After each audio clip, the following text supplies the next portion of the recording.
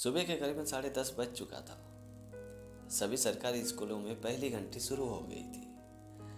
तभी एक आदमी एक सरकारी स्कूल में जाता है और वो सीधे प्रिंसिपल के ऑफिस में घुस जाता है। जैसे वो कुछ कंप्लेन लेके आया हो, जैसे वो कोई शिकायत लेके आया था, और वो सारी कंप्लेन, सारी शिकायत प्रिंसिपल साहब को सुनाना चाहता था।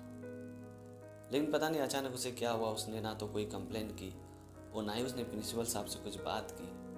फिर वो आदमी तुरंत प्रिंसिपल साहब के ऑफिस से बाहर निकल गया। उस आदमी के आने की भनक प्रिंसिपल साहब को तो लग चुकी थी, लेकिन प्रिंसिपल साहब अपने काम में इतना बिजी थे कि उन्होंने उस बात को ध्यान ही नहीं दिया और वो अपने काम पे जुट गए।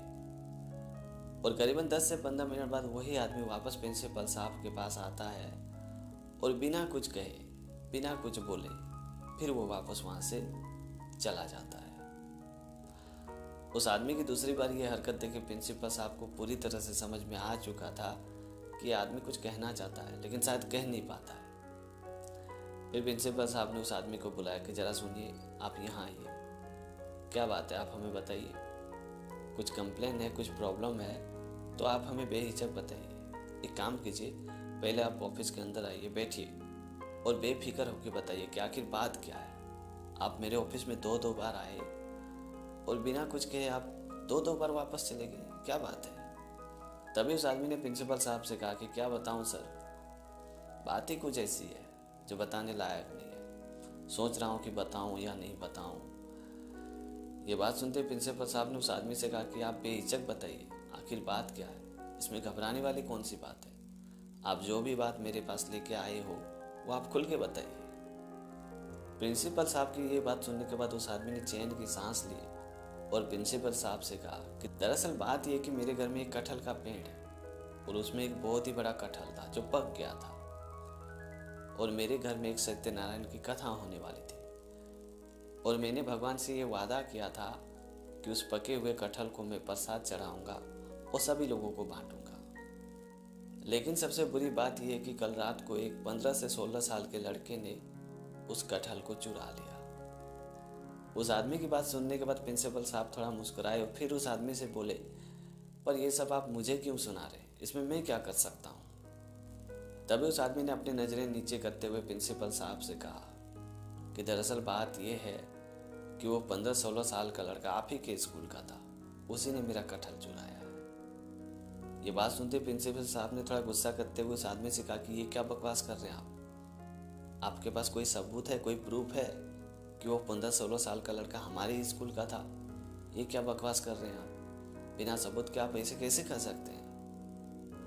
तभी उस आदमी ने वापस चैन की सांस ली और प्रिंसिपल साहब से कहा कि मैं आपको ऐसे ही नहीं कह रहा हूँ, मेरे पास सबूत है, इसीलिए मैं आपके पास आया हूँ। कल रात को जब वो 15-16 साल का लड़का पके हुए कटहल को अपने कंधे में लेकर दौड़ रहा था, उस वक्त मैंने अपनी टॉर्च जलाई थी।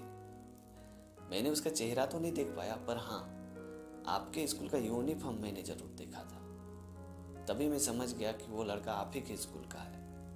वो यूनिफॉर्म मुझे अच्छी तरीके से याद है। उस आदमी की बात सुनने के बाद प्रिंसिपल साहब के पांव तले जमीन खिसक गई और प्रिंसिपल साहब बहुत ही आश्चर्य में पड़ गए, उन्हें अंदर ही अंदर शर्म आ रही थी। तभी प्रिंसिपल साहब ने उस आदमी से कहा कि आप चिंता मत कीजिए, वो लड़का अगर वाकई में हमारे स्कूल का था तो मैं उसको पकड़ के आपके सामने जरूर हाजिर करूंगा, फिर आपको जो सजा देना है आप उसे दे सकते हैं। तभी उस आदमी ने कहा कि नहीं, ना तो मुझे उस लड़के को देखना है, ना ही उसका नाम जानना है और ना ही मुझे उसे सजा देना है। बस मैं आपको ये कहने के लिए आया था कि इस स्कूल से अच्छे अच्छे डॉक्टर बने, इंजीनियर बने, साइंटिस्ट बने, लेकिन कोई चोर ना बने, बड़ा खराब लगता है। और ये बोल के वो आदमी वहां से चला गया।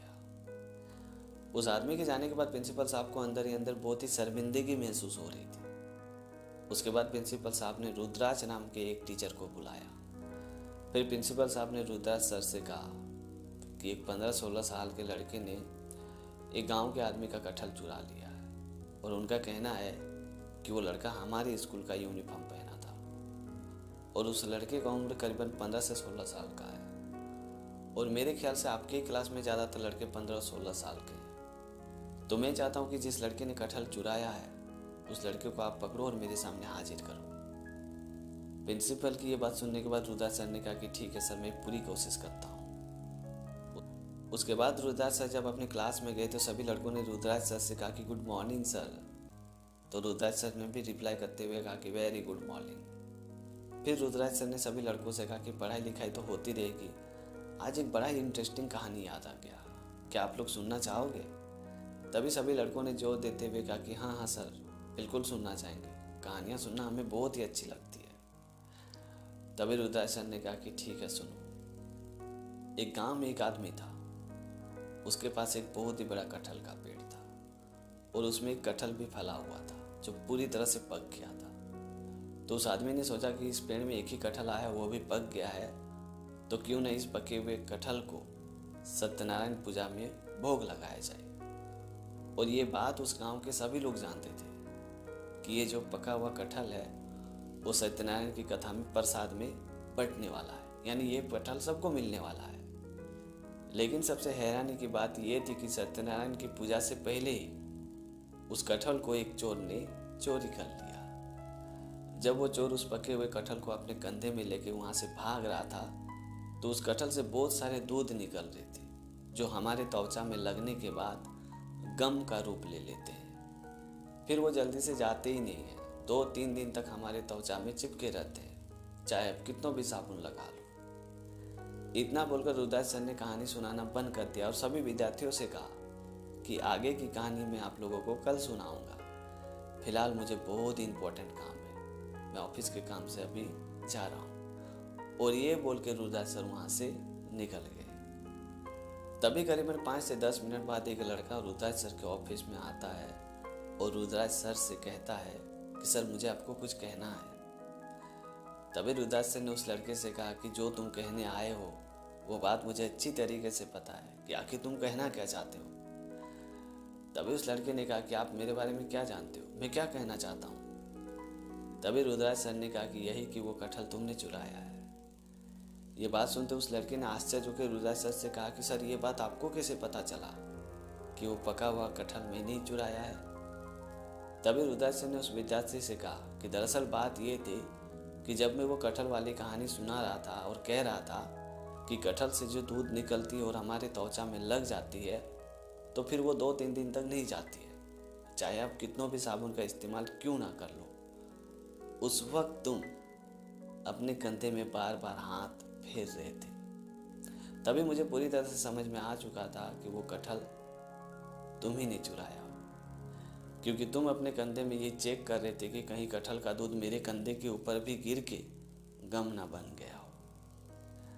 तभी उस लड़के ने शर्माते हुए कहा कि आपने बिल्कुल सही कहा सर, पर मुझे अब ये अफसोस हो रहा है कि मैंने चोरी करके बहुत ही बड़ी गलती की और इसीलिए मैं आपको बताने के लिए आ गया।